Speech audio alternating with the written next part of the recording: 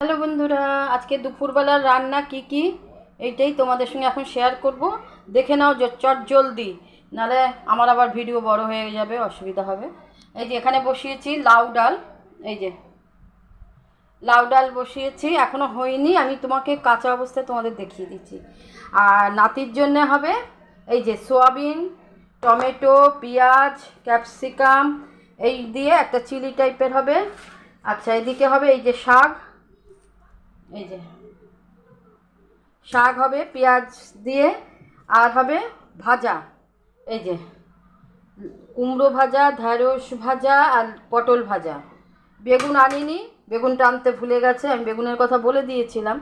হ্যাঁ, আর হবে ডালের বড়া। এই যে দাঁড়া, এই যে ডালের বড়া, আর মাছ নুন হলুদ মাখানো আছে, এই কাটা পোনা পেটির, ওইটা ভাজা করব। এই হবে আজকে দুপুরের রান্না। ঠিক আছে, দেখে নাও, পরপর রয়েছে।